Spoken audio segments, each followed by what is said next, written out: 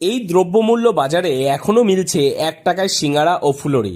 হ্যাঁ, অবিশ্বাস্য হলেও এটাই সত্যি। মাত্র 1 টাকা। একটা সময় এই 1 টাকায় বাজারে হরেক পণ্য মিললেও আজকের তারিখে এই 1 টাকা মূল্যে তেমন কিছুই মেলে না। আর এই ক্রমশ ঊর্ধ্বমুখী দ্রব্যমূল্যের বাজারে মানুষের সংসার চালাতে নাভিশ্বাস উঠছে। সাধারণ মানুষের তখন এক ভিন্ন ছবি নদিয়ার শান্তিপুরের পীরের হাটে। তার 61 বছর। আচ্ছা, এই দোকান কি বংশ পরম্পরা? হ্যাঁ, আগে কারা করতেন? আমার দাদু করে গিয়েছেন, আমার বাবা করেছেন। বাবা 40 বছর গত হয়েছে, অলোক করতো। অলোকের পর এখন আমি আবার করছি। এই দ্রব্যমূল্য বাজারে কিভাবে বিক্রি করেন 1 টাকায় সিঙ্গারা? ওই করে আসা হচ্ছে, সেই 2 পয়সা 3 পয়সা থেকে এখন 1 টাকায় দাঁড়িয়েছে। তাতে কি লাভের মুখ দেখতে পান? আমরা অত লাভ খতিয়ে দেখি না, আচ্ছা, করতে হয় করি যতদিন পারবো।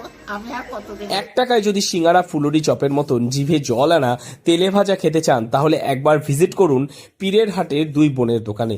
জানা যায় বংশ পরম্পরা ধরে তাদের এই ব্যবসা।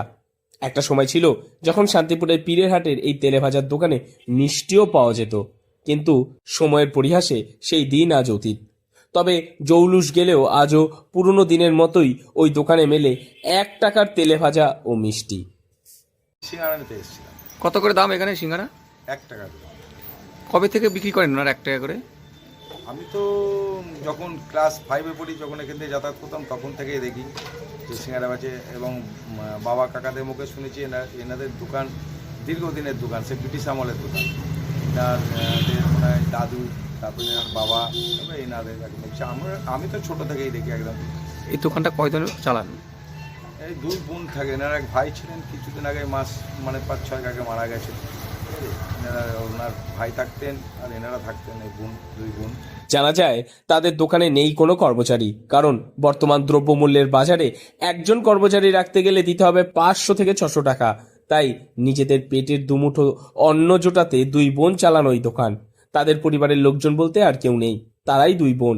এই অগ্নিমূল্য বাজারে সংসার চালাতে হিমশিম খেলেও 1 টাকার তেলে ভাজা হাসি মুখেই বিক্রি করেন 2 বোন নীলিমা ও আলপনা দাস।